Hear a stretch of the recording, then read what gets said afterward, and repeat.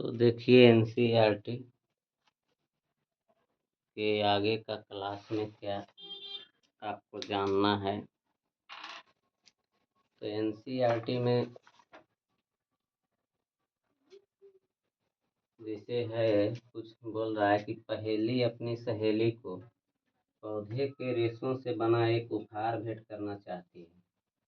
मतलब पहेली जो है अपनी सहेली को पौधे के रेशों से बना, किससे बना होना चाहिए? पौधे के रेशों से। पौधे के रेशों से बना एक उपहार भेंट करना चाहती है, तो वह निम्नलिखित में से किसे चुनेगी? तो ऑप्शन में दिया है, ये जो करवा रहे क्वेश्चन आंसर है।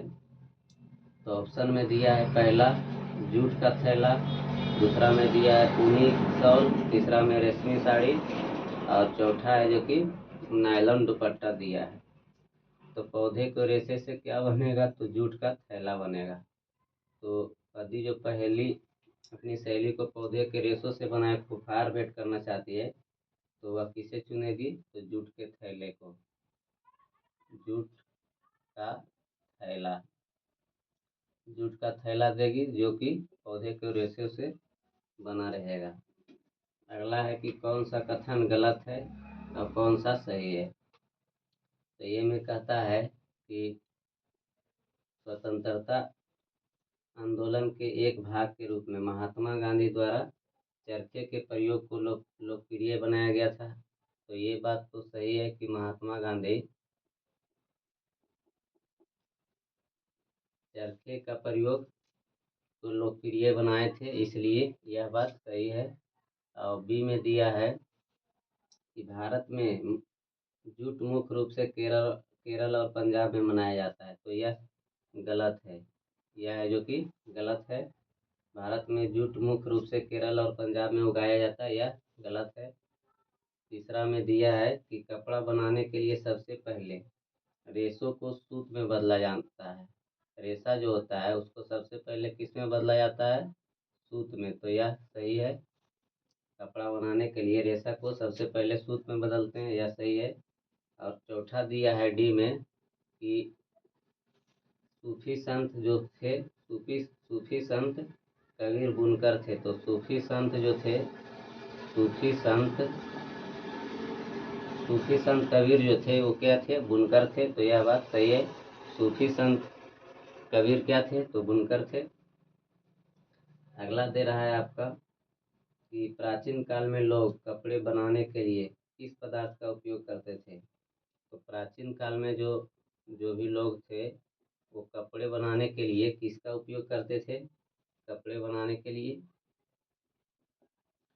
तो कपड़े बनाने के लिए किसका किसका उपयोग करते थे प्राचीन काल के लोग? तो आपका आंसर होगा कि पेड़ों की पत्तियों को उपयोग करते थे, पेड़ों की पत्तियों का, और जानवरों की खाल और फर का, जानवरों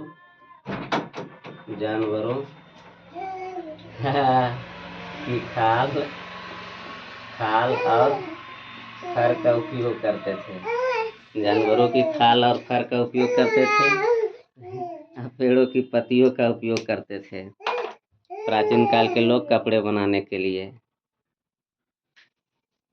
तो प्राचीन काल के लोग कपड़े बनाने के लिए पेड़ों की पत्ती और जानवरों की खाल और फर का उपयोग करते थे। अब अगला आपका जैसे पूछेगा कि कौन सा प्राकृतिक रेशा नहीं है। तो नायलॉन जो है प्राकृतिक रेशा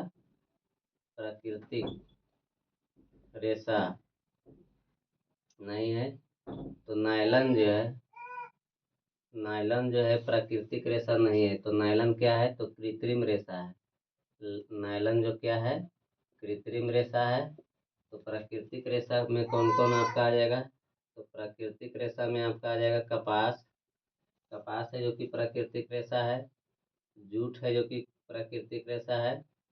और अलसी, कपास, जूट, अलसी ये तीनों है जो कि प्राकृतिक रेशा है, लेकिन नायलॉन जो है कृत्रिम रेशा है। अगला आपका अगर जो पूछेगा कि रेशा बनाने के लिए किस पदार्थ का उपयोग नहीं किया जाता है। तो रेशा बनाने के लिए किसका उपयोग नहीं किया जाता है? तो भूसी और हड्डियाँ, ऑप्शन में दिया है भूसी और हड्डियाँ, तो भूसी और हड्डियाँ का उपयोग नहीं किया जाता है। अब बात है कि उपयोग किया जाता है किसका किसका। तो रेशा बनाने के लिए किस किस पदार्थ का उपयोग किया जाता है? तो रेशम का किया जाता है और रसायन का किया जाता है रेशा बनाने के लिए उपयोग। याक के बाल का उपयोग किया जाता है रेशा बनाने के लिए। और ऊँट के बाल का उपयोग किया जाता है। ऊँट के बाल का उपयोग किया जाता है रेशा बनाने के लिए। और अलसी और ऊन का उपयोग किया जाता है। अलसी और ऊन, तो रेशम और रसायन, याक के बाल, ऊँट के बाल, अलसी और ऊन, इन सब का प्रयोग किया जाता है रेशा बनाने के लिए। और भूसी और हड्डी का प्रयोग नहीं किया जाता है। अगला क्वेश्चन है कि बूझो एक कपड़े की दुकान पर गया। बूझो जो है एक कपड़े की दुकान पर गया, वहाँ उसे एक कपड़ा मिला जो स्पर्श करने पर चिकना था। स्पर्श करने पर कैसा था? तो चिकना था। स्पर्श करने पर चिकना था। जीवंत रंग और चमक थी। उसमें क्या क्या थी? जीवंत रंग और चमक थी। तो कपड़ा हो सकता है, तो कौन सा कपड़ा हो सकता है जिसको स्पर्श करने पर चिकना लगे और उसमें जीवंत रंग और चमक रहे? तो वो कौन सा कपड़ा हो सकता है? तो रेशम का कपड़ा होगा। रेशम का कपड़ा रहेगा जिसको स्पर्श करने पर चिकना लगेगा और जीवंत रंग रहेगा, उसके साथ उसमें चमक भी होगा, तो रेशम का कपड़ा। अगला है कि जूट के पौधे के किस भाग का उपयोग करके जूट फाइबर प्राप्त करने के लिए किया जाता है? तो जूट के पौधे के किस भाग का उपयोग जूट फाइबर प्राप्त करने के लिए करते हैं? तो जूट फाइबर प्राप्त करने के लिए जूट के पौधे का किस भाग का उपयोग करते हैं? तो तना का करते हैं। तना से जूट फाइबर प्राप्त होता है। तना से जूट के पौधे के किस भाग का उपयोग जूट फाइबर प्राप्त करने के लिए करते हैं? तो तना का उपयोग करते हैं जूट फाइबर प्राप्त करने के लिए। अगला आपका है कि कपड़ा प्राप्त करने के लिए सूत को किसका उपयोग करके बुना जाता है? तो कपड़ा प्राप्त करने के लिए सूत को किसका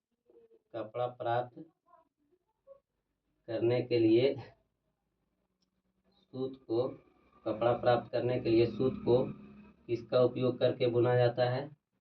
तो कपड़ा प्राप्त करने के लिए सूत को किसका उपयोग करके बुना जाता है? तो करघे का उपयोग किया जाता है। करघे का मतलब इसको इंग्लिश में लूम्स कहते हैं। कपड़ा प्राप्त करने के लिए सूत को किसका उपयोग करके बुना जाता है? तो करघे का उपयोग करके, उसको लूम्स कहते हैं इंग्लिश में। अगला है कि बीरा एक किसान है, उसके खेत में काली मिट्टी है और जलवायु गर्म है। उसे अपने खेत में कौन सा रेशा देने वाला पौधा उगाना चाहिए? तो उसके खेत में क्या है कि काली मिट्टी है और जलवायु उसका जो है गर्म है। तो उसे अपने खेत में कौन सा रेशा देने वाला पौधा उगाना चाहिए? तो कपास उगाना चाहिए। क्या उगाना चाहिए? उसे कपास उगाना चाहिए। अब कहता है कि कपड़ा प्राप्त करने का सही क्रम क्या है? तो कपड़ा मतलब प्राप्त कैसे किया जा सकता है? तो सबसे पहले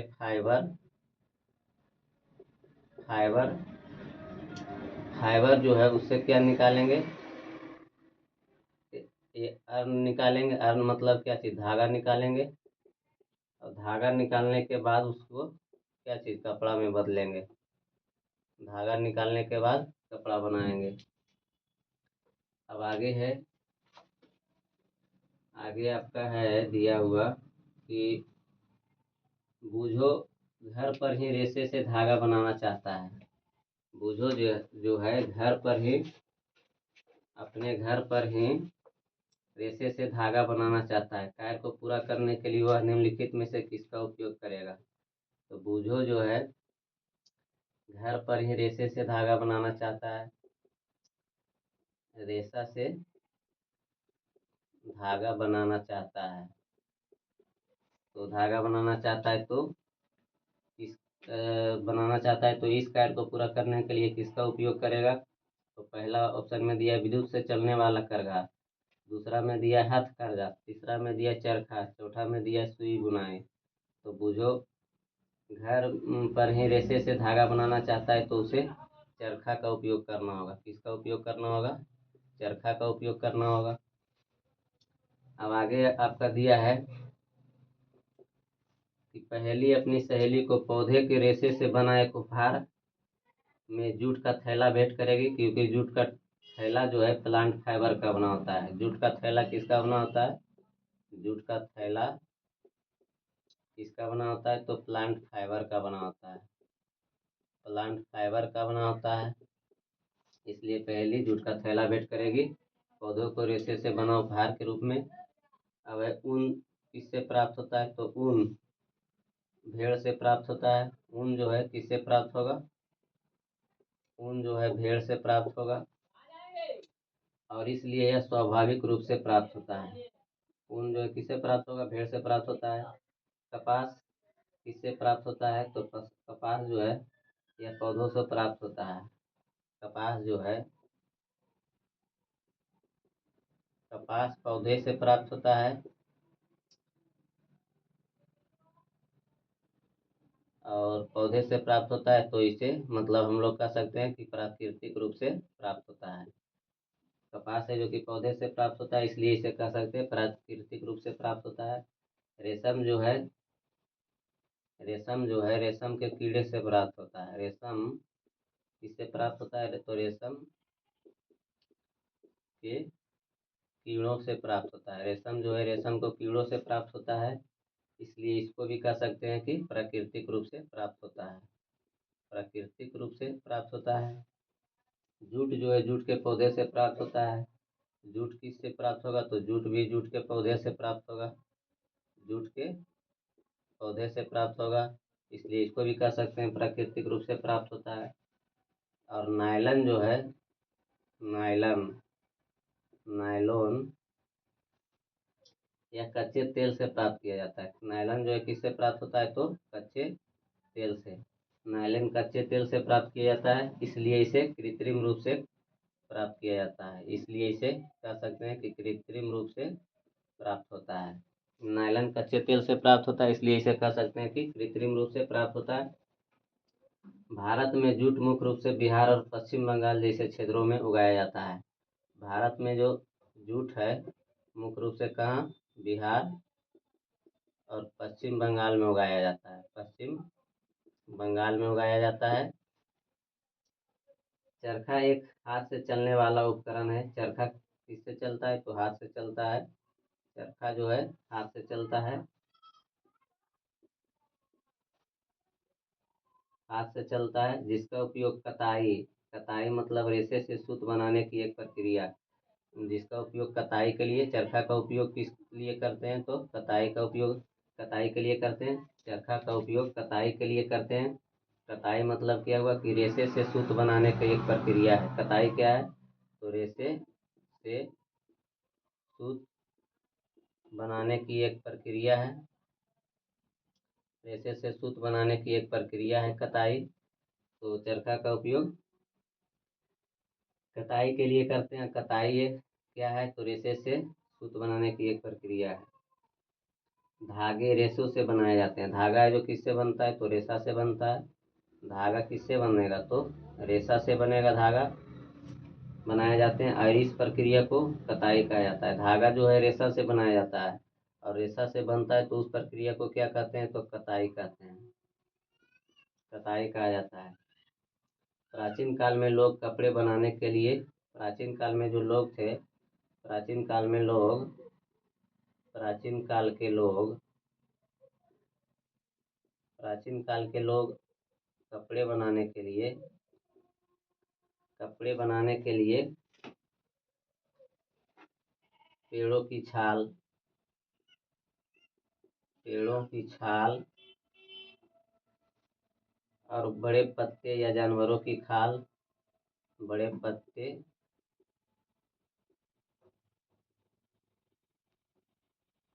या जानवरों की खाल, जानवरों की खाल और फर का इस्तेमाल करते थे, और फर का इस्तेमाल करते थे। खोजी गई पहली वस्त्र सामग्री पौधे और जानवरों दोनों से उत्पन्न प्राकृतिक रेशा से बनी थी। खोजी गई पहली वस्त्र सामग्री जो थी, इससे तो पौधे और जानवरों दोनों से उत्पन्न प्राकृतिक रेशा से बनी थी। उदाहरण में कपास, ऊन, चमड़ा, रेशम आदि शामिल है। तो खोजी गई पहली वस्त्र सामग्री पौधे और जानवर दोनों से उत्पन्न प्राकृतिक रेशा से बनी थी। जिसके उदाहरण हो सकते हैं कपास, ऊन, चमड़ा, रेशम। धातुओं को संकुचित करके धातु की पन्नी बनाई जाती है। धातुओं को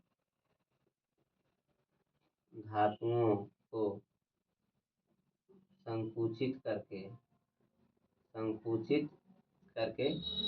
धातु की पन्नी बनाई जाती है। धातुओं को संकुचित करके धातु की पन्नी बनाई जाती है।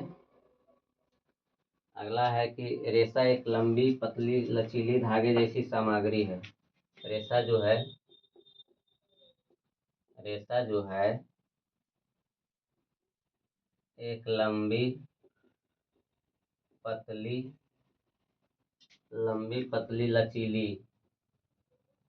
लचीली धागे जैसी सामग्री है, जिसका उपयोग आमतौर पर कपड़े या बैग आदि बनाने में किया जाता है। तो इसका उपयोग कपड़ा या बैग बनाने में किया जाता है रेशा का।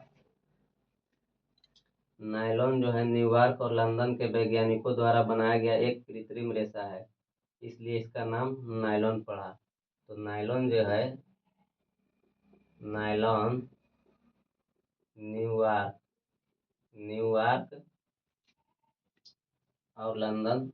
न्यूयॉर्क और लंदन के वैज्ञानिकों द्वारा बनाया गया एक कृत्रिम रेशा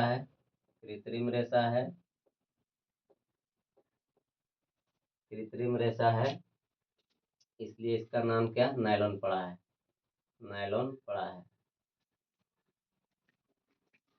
इसका निर्माण कोयला, जल और हवा को मिलाकर किया जाता है। नायलॉन का निर्माण कोयला, जल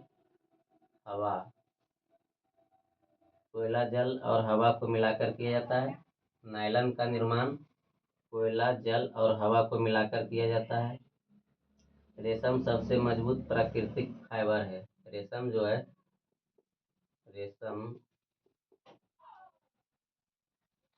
सबसे मजबूत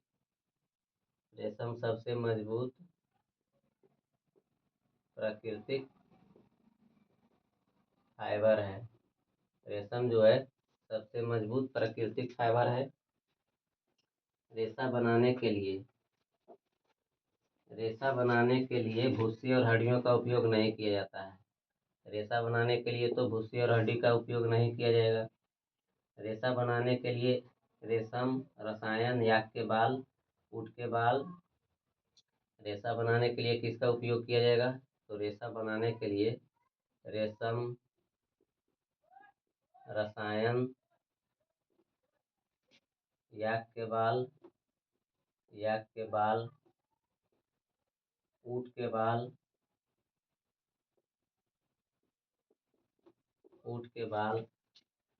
सन और ऊन जैसे पदार्थ का उपयोग किया जाता है। रेयॉन एक मानव निर्मित रेशा है। रेयॉन एक मानव निर्मित रेशा है। मतलब कह सकते हैं कि कृत्रिम रेशा है। जिसे सेल्यूलोज नामक प्राकृतिक कच्चे माल से रासायनिक उपचार द्वारा तैयार किया जाता है। तो रेयॉन को किससे तैयार किया जाता है? तो सेल्यूलोज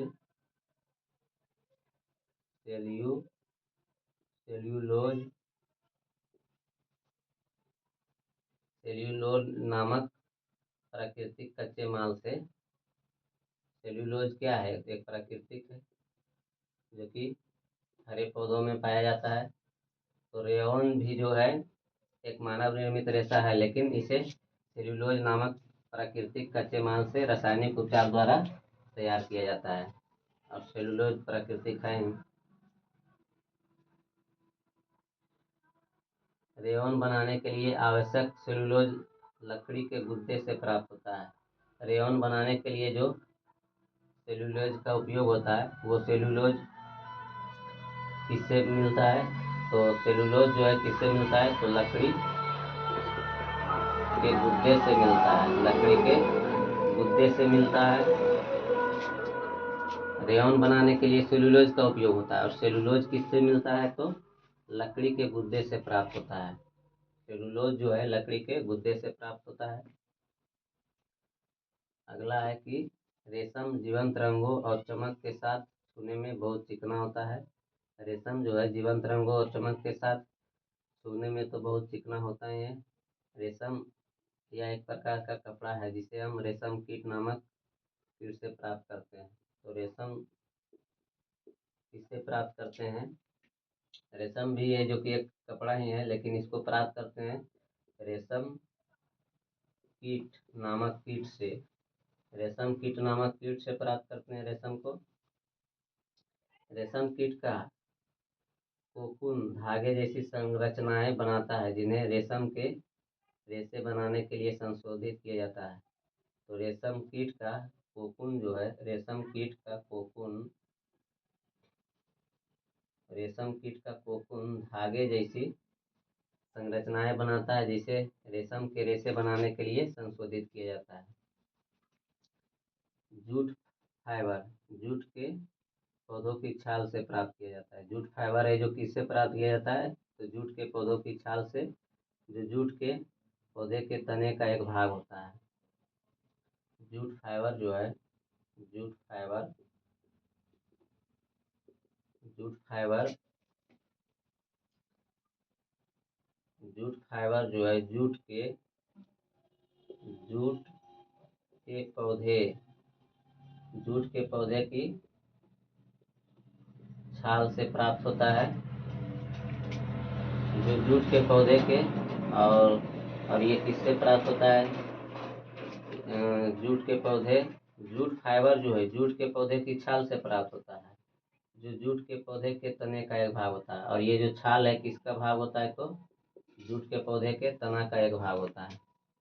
जूट फाइबर जूट के पौधे की छाल से प्राप्त होता है। और जूट पौधे की छाल किससे प्राप्त होता है? तो जूट के पौधे की तना का भाग होता है। जूट के पौधे की छाल, ये छाल जो है तना का भाग होता है। छाल जो है किसका भाग होता है? तना का। जूट के रेशे बास्ट फाइबर होते हैं।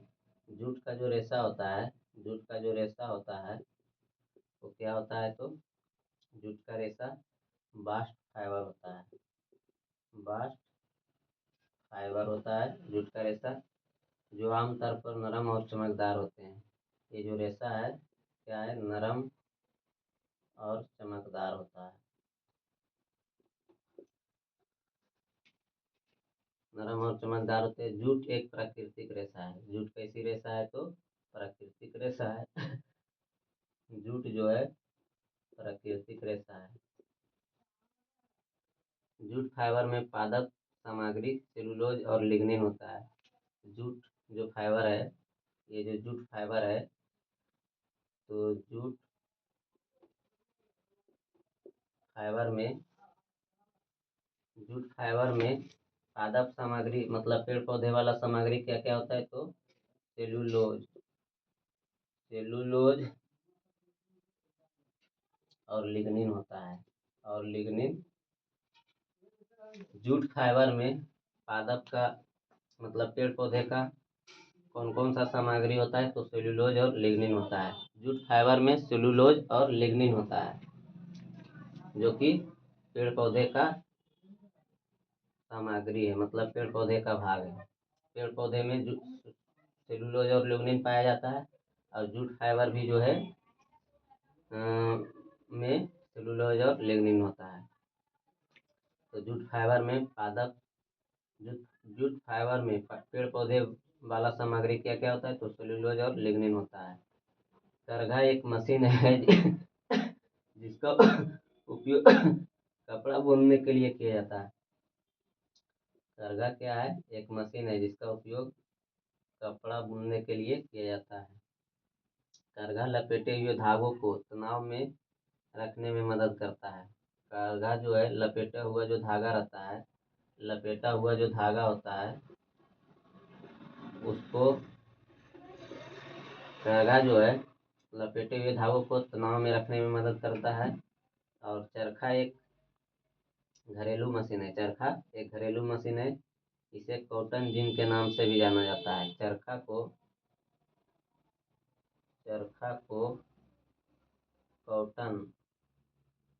कॉटन जिन के नाम से भी जाना जाता है। चरखा को कॉटन जिन के नाम से भी जाना जाता है। कताई मशीन स्टेपलर फाइबर कताई के लिए एक उपयुक्त मशीन है। कताई मशीन जो है, जो कताई मशीन रहता है,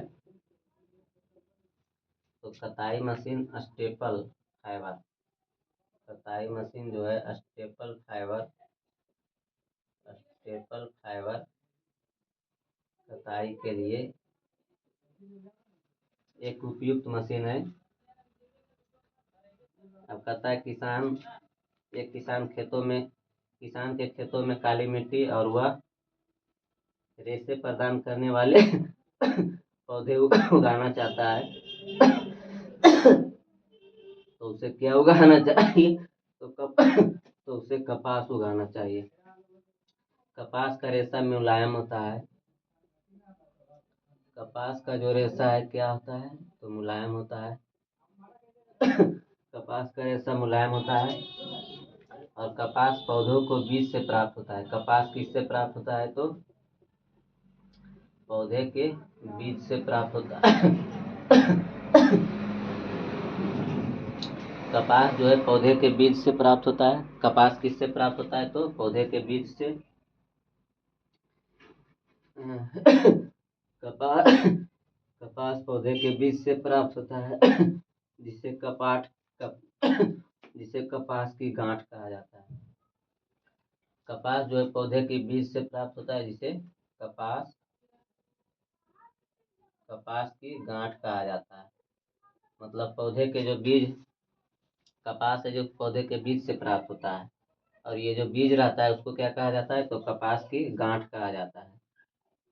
यह काली मिट्टी और गर्म जलवायु परिस्थितियों में अच्छी तरह बढ़ता है। कपास जो है काली मिट्टी और गर्म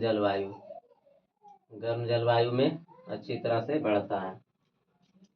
कताई की प्रक्रिया द्वारा रेशे को धागा बनाने के लिए संसाधित किया जाता है, और फिर बुनाई की प्रक्रिया द्वारा कपड़े बनाने के लिए धागों को संसाधित किया जाता है।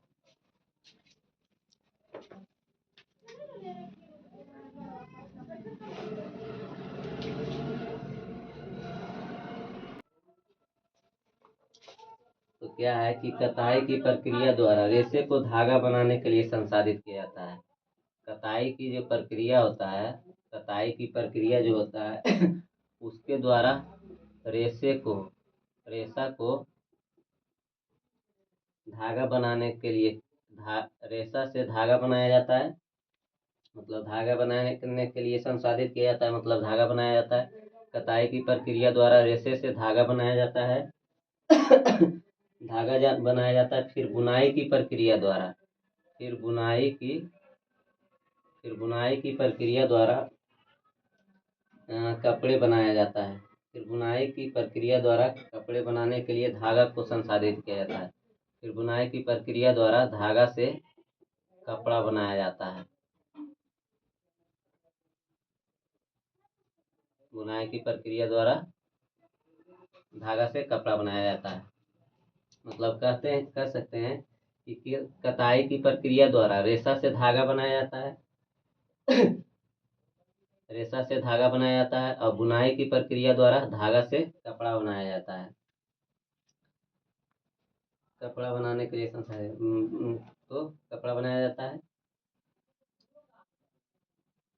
और रेशे को कपड़े में बदलने के लिए कताई बुनाई तकनीकों का उपयोग किया जाता है। रेशा जो रहता है इसको कपड़ा में बदलने के लिए कौन कौन सी प्रक्रिया अपनाते हैं, तो कताई और बुनाई प्रक्रिया अपनाते हैं। कताई प्रक्रिया के द्वारा पहले रेशा से धागा में बनाते हैं और बुनाई की प्रक्रिया द्वारा धागा से कपड़ा बनाते हैं। रेशा की रेशे की संरचनाएं लंबी, पतली, लचीली होती है और बालों या धागों से मिलती जुलती है। रेशा की जो संरचना होता है वो कैसा होता है, तो लंबी, पतली और लचीली होती है जो कि बालों या धागों जैसी होती है। अब है कि कताई प्रक्रिया के माध्यम से तंतुओं से धागे बनाए जाते हैं। कताई वाला जो प्रक्रिया है, इस प्रक्रिया के माध्यम से तंतु से धागा बनाया जाता है। चरखा एक हस्त निर्मित कताई यंत्र है। यह एक छोटा वहनीय उपकरण है। चरखा क्या है, तो हस्त निर्मित कताई यंत्र है, मतलब हाथ के द्वारा बनाया हुआ मशीन है चरखा। और यह एक छोटा तो मशीन है ही, और वहनीय यंत्र है मतलब कहीं भी इसको ले जा सकते हैं, जिसका उपयोग कपास और अन्य रेशों की कताई के लिए किया जाता है। चरखा का उपयोग मतलब कपास या फिर कोई भी अन्य रेशा की कताई के लिए उपयोग किया जाता है चरखा का।